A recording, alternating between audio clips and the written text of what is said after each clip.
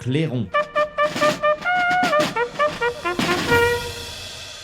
Alors, vous vous rappelez que le premier qui est allé dans ce sens-là, c'était peut-être même notre président de la République, qui avait déclaré dans son premier mandat qu'il n'y avait pas de culture française. Bon, ben là, on a un sacré concurrent, mais on le savait déjà, Jean-Luc Mélenchon, qui, lors d'un colloque à l'Assemblée nationale, un colloque qui portait sur l'avenir de la francophonie, qui a été organisé par le député Aurélien Taché, député LFI, eh bien, lors de cette grande question de l'avenir de la francophonie, qui est une vraie question, eh bien, Jean-Luc Mélenchon a tenu des propos assez particuliers. Je vous propose de les écouter. Notre vision de la francophonie n'est pas la vision d'un soft power à la française, si je peux utiliser un mot anglais ici, mais véritablement une tentative pour faire émerger la francophonie en tant que langue commune. Et si quelqu'un pouvait trouver un autre mot que langue française pour qualifier notre langue, je ne vous cache pas qu'il serait ou elle serait la bienvenue. Pourquoi ? Parce que, premièrement, les Français eux-mêmes ne savent pas qu'ils sont francophones, ils parlent leur langue maternelle et du coup, ils oublient de regarder souvent autour d'eux. La vérité, c'est que la langue française n'appartient plus à la France et aux Français depuis fort longtemps, puisque 29 nations l'ont comme langue officielle. Alors voilà, déjà, il y a cette notion d'appartenance de la langue, comme c'était une propriété privée, parce que d'autres la partagent et donc ce n'est pas la nôtre. Bon, il y a beaucoup de choses à redire sur ce discours et on va en parler dans quelques secondes avec Samy Biassoni. Mais avant, je vous propose d'écouter, c'était une autre sortie de Jean-Luc Mélenchon, un peu plus tôt, en avril 2025. Il était au Québec. Et là, il est allé jusqu'à dire qu'il n'y avait pas d'avenir pour la langue française. On écoute, comme ça, on a la totalité de sa réflexion sur la langue française. Au fond, qui parle le plus français en tant que nation dans le monde, eh bien, c'est la République démocratique du Congo. C'est la raison pour laquelle il n'y a pas d'avenir à la langue française, ou dite française. Appelons-la la langue commune, entre vous et nous. Il n'y a pas d'avenir sans le processus humain fondamental de la créolisation. Il n'y a pas de langue, il n'y a pas d'avenir à la langue dite française, à la langue, appelons-la commune. Bon, Samy Biassoni, bonjour. Bonjour Clémence. Et merci beaucoup d'être avec nous aujourd'hui, docteur en philosophie de l'École normale supérieure de Paris, chargé de cours à l'École des sciences économiques et commerciales à l'ESSEC. Vous avez dirigé l'ouvrage Malaise dans la langue française. Là, on est quand même en plein dedans. Promouvoir le français au temps de sa déconstruction aux éditions du CERF. Et puis dernièrement, Le Statistiquement Correct, un livre absolument passionnant. Critique de la déraison numérique aux éditions du CERF également. Samy Biassoni. Bon, là, on est plutôt sur le malaise de la langue française, ou c'est plutôt la destruction de la langue française voulue et souhaitée, organisée. Et on voit bien qu'il y a une continuation dans la pensée de Jean-Luc Mélenchon. C'est absolument pas une sortie qu'il a faite comme ça, puisque il y avait déjà cette préparation, on peut dire, entre guillemets, en avril au Québec, cette langue dite française qui n'a pas d'avenir, appelons-la langue commune. Comment vous réagissez à tout ça ? Effectivement, il y a un vrai continuum dans les propos de Jean-Luc Mélenchon. En réalité, il est double. Il y a deux thèmes qui sont développés. Le premier thème, c'est celui de la non-appartenance de la langue française aux Français. C'est ce que vous venez de décrire. Le deuxième, c'est celui du processus dit de créolisation.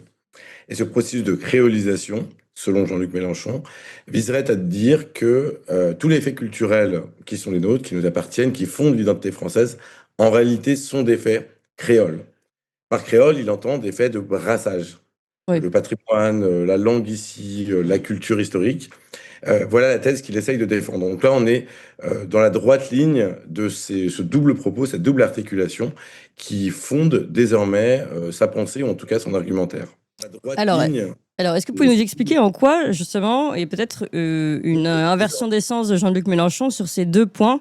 D'abord, sur la perte de propriété, entre guillemets, de la langue française par les Français. Je pense que tout le monde comprendra que d'un point de vue logique, d'un point de vue argumentatif, ça ne tient pas.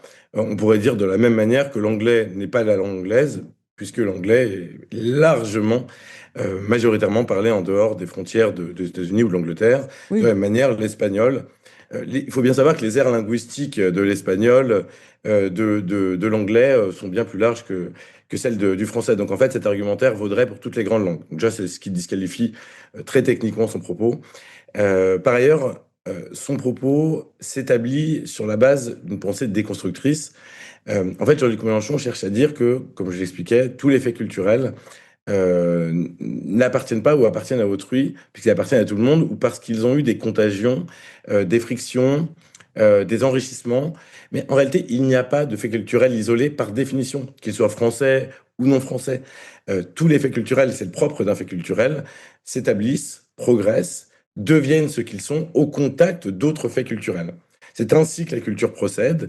Donc en fait, il se sert et il tord une réalité qui est une réalité de nature scientifique, épistémique, si je puis dire, pour essayer de dénigrer l'appartenance de la culture française aux Français.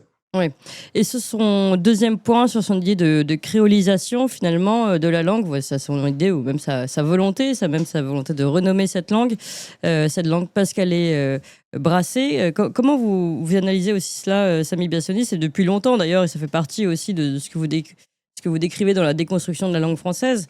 Quel est l'objectif à votre avis de Jean-Luc Mélenchon derrière ce processus de créolisation? Bon, il est double. Il y a une volonté de décrédibilisation du projet français en tant que projet culturel, projet national. Et le deuxième, c'est celui de valorisation d'une certaine idée du multiculturalisme, qui est un thème récurrent dans son argumentation. Et donc, en fait, en parlant de créolisation, on en vient à finalement promouvoir un synonyme, en quelque sorte, ou en tout cas un terme très proche, de multiculturalisme. En fait, ce qu'on essaye d'établir, c'est de dire il n'y a pas de pureté dans la culture française, et comme il n'y a pas de pureté dans la culture française, il n'y a que des relativismes. Si tout est relatif, plus rien n'existe. Si plus rien n'existe, tout appartient à tout. C'est exactement la définition du multiculturalisme. Ouais. Voilà l'argumentaire qui est développé. Oui, d'accord. C'est vrai que. Alors, bon, on sait l'objectif politique derrière d'Emmanuel Macron, je vais dire de Jean-Luc Mélenchon, pardon, qui est peut-être aussi celui de toucher une population qui, elle, ne se sent pas forcément française, qui, elle, se détache de la langue française. Est-ce que c'est purement politique ou est-ce qu'il y a autre chose derrière, à votre avis? Alors, bien évidemment, le terme de créolisation n'est pas neutre. Un créole, c'est une langue née par brassage de plusieurs influences. D'ailleurs, c'est très très différent du français, de l'anglais, même du chinois qui emprunte à d'autres langues. Hmm. L'arabe aussi emprunte à certaines langues.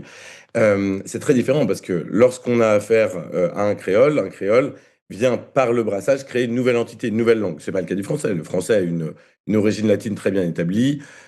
Vous savez, les mots d'origine étrangère en français, c'est à peu près 10% du corpus.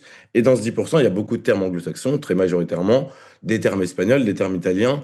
On est très très loin d'une créolisation aussi du fait de l'origine. En utilisant ce terme, en réalité, Jean-Luc Mélenchon, il y a un intérêt qui est multiple, puisqu'il vient à faire une référence, à établir une référence implicite au processus de colonisation et de décolonisation. Le créole ou la langue créole, on ne parle pas vraiment de créole, on dit un créole. Le créole, c'est aussi la langue des esclaves.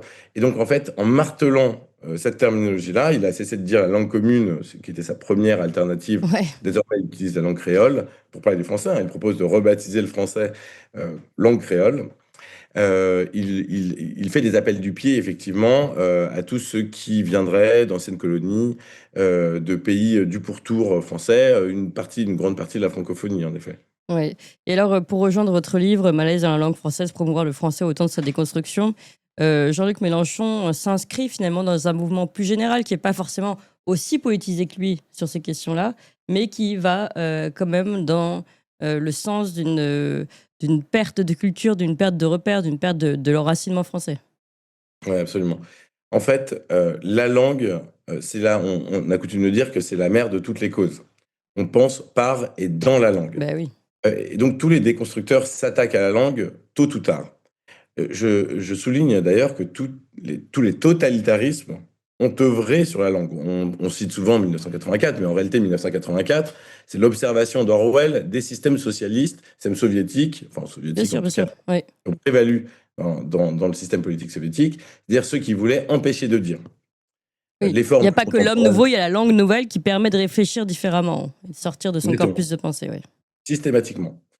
Donc, lorsqu'on en vient de manière presque maladive à récuser la langue telle qu'elle est, c'est qu'on a un projet politique, c'est qu'on a une visée de transformation politique, voire de révolution dans une société. Donc en fait, il y a une filiation relativement directe entre la pratique aujourd'hui qu'on observe chez une partie des militants de ces mouvements que vous décrivez, dont la France insoumise, et puis Le wokisme en ceux qui sont règle les générale. républicains d'antan. Oui. Est-ce que oui, oui, et donc le wokisme en règle générale, c'est-à-dire cette déculturation progressive. Oui, c'est la forme contemporaine. Je parle de néo-progressisme, cette nouvelle forme de progressisme, en tout cas sa forme contemporaine.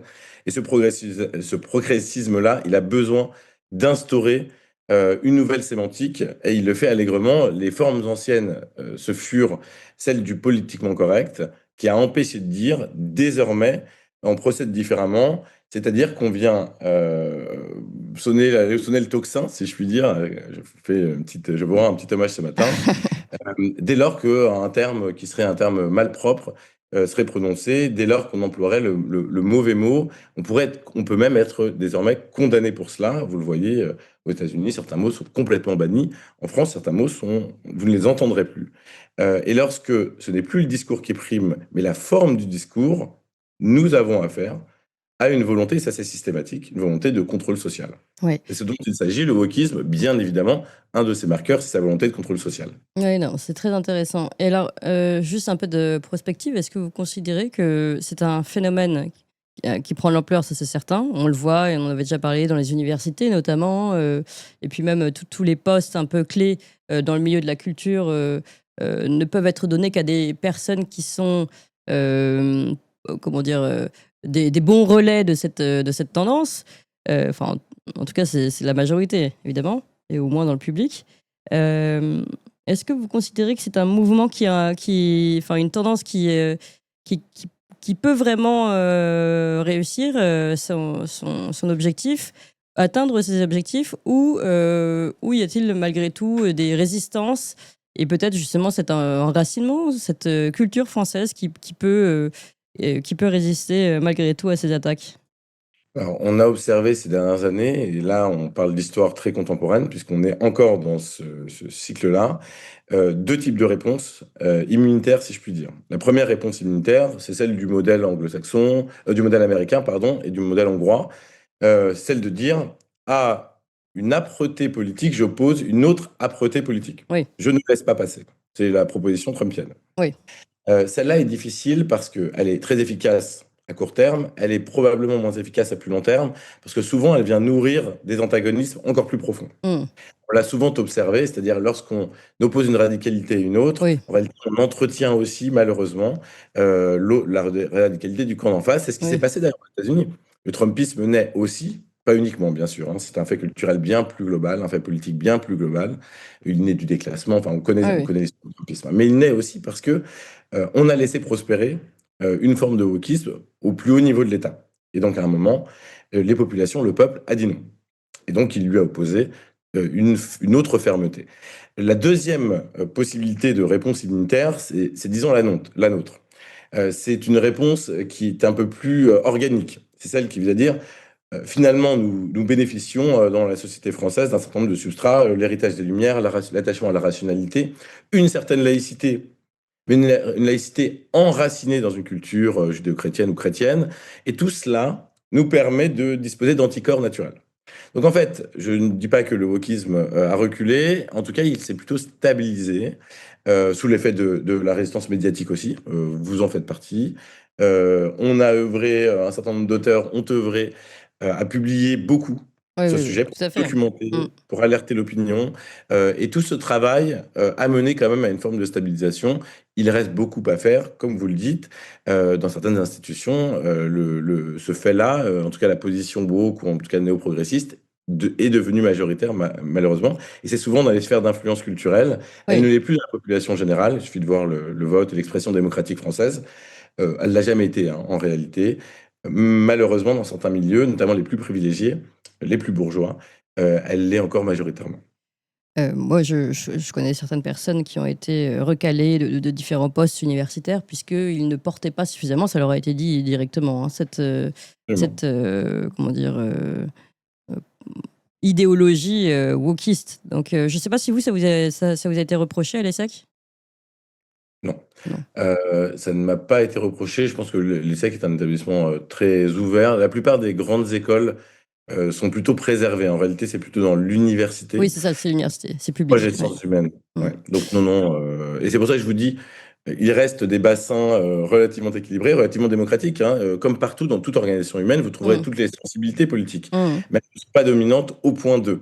En revanche, dans les universités, et ça a été bien documenté notamment par l'Observatoire d'éthique universitaire, dans beaucoup d'universités françaises, de grandes universités françaises ou de temples des sciences humaines, le HESS, l'École normale supérieure à certains égards, là on a des départements entiers qui sont sous la férule et sous le contrôle de personnes très politisées qui essayent d'imposer cette doxa. Oui.